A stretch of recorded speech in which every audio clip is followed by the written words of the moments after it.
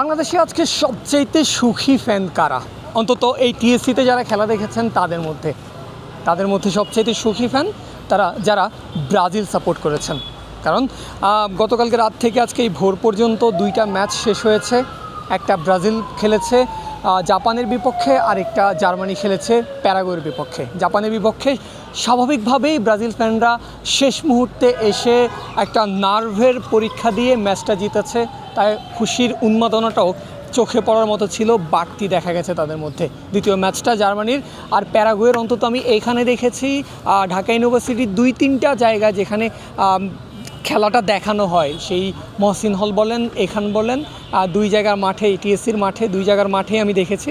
একেবারে diehard Paraguay support যেটাকে বলে সেটা দেখা গেছে ব্রাজিল ফ্যানদের মধ্যে দিয়ে। তো তারা আজকে একই দিনে দুইটা ম্যাচ জিতেছে, সেই খুশিটা তাদের মধ্যে দেখা গেছে।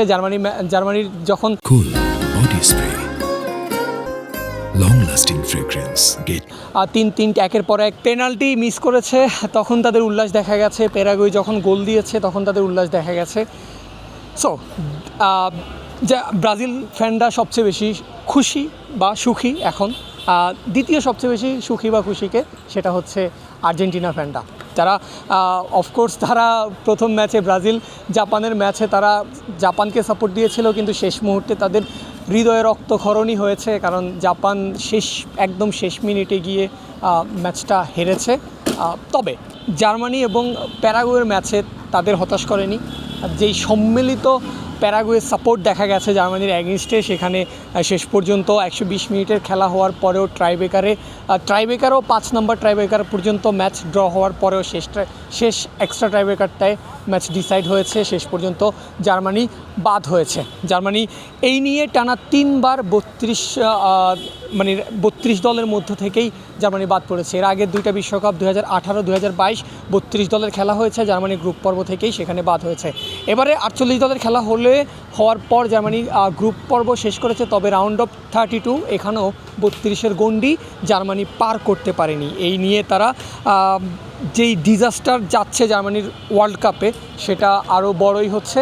তারা সর্বশেষ যে ক্লিনশিট সেটা পেয়েছে 2014 সালে, অর্থাৎ আর্জেন্টিনার এগেনস্টে যে বিশ্বকাপের ফাইনাল তারা খেলেছিল, সেই ফাইনালে তারা সর্বশেষ গোল হজম করা ছাড়া একটা ম্যাচ শেষ করেছে। এইখান পর্যন্ত তারা 18 ওয়ার্ল্ড কাপে 3 ম্যাচ, 22 ওয়ার্ল্ড কাপের 3 ম্যাচ, এখানে 4 ম্যাচ, টোটাল 10টা ম্যাচ জার্মানি খেলেছে। 10টা ম্যাচেই জার্মানি গোল হজম করেছে, অর্থাৎ ম্যানুয়েল নয়ার গোল হজম করেছে। ম্যানুয়েল নয়ার এসেছিলেন তার রিটায়ারমেন্টটা ভেঙে জার্মানির হয়ে বিশ্বকাপ খেলার জন্য, কিন্তু এসে কি কোনো লাভ হয়েছে? উল্টো যদি একটু ভেঙে চুরে দেখা হয় তার এই 4টা ম্যাচ, তাহলে হয়তোবা তার লাভের চাইতে ক্ষতির কারণটাই তিনি দলের বেশি হয়ে দাঁড়িয়েছেন।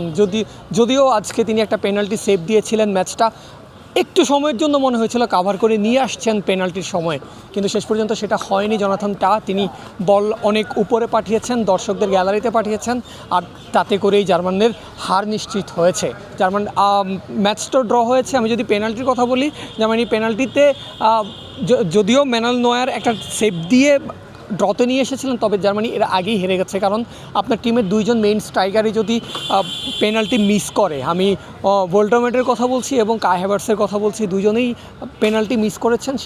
সেখান থেকে জার্মানি যদি আজকে ম্যাচটা জিততো, তাহলে হয়তোবা একটা মিরাকেল হতে পারতো, বা সেটাকে মিরাকেলে বলা হতো। কিন্তু খুবই স্বাভাবিকভাবেই মেইন স্ট্রাইকাররা মিস করলে ম্যাচে জেতা সম্ভব না। তো খবর এটাই, ব্রাজিল যেটা করে দেখাতে পেরেছে জার্মানি সেখানেই ব্যর্থ হয়েছে। ব্রাজিল জাপানকে শেষ মুহূর্তে বাড়ি পাঠাতে পেরেছে, জার্মানি প্যারাগুয়ের কাছে শেষ মুহূর্তে হেরে বাড়ির টিকিট ধরবে এখন।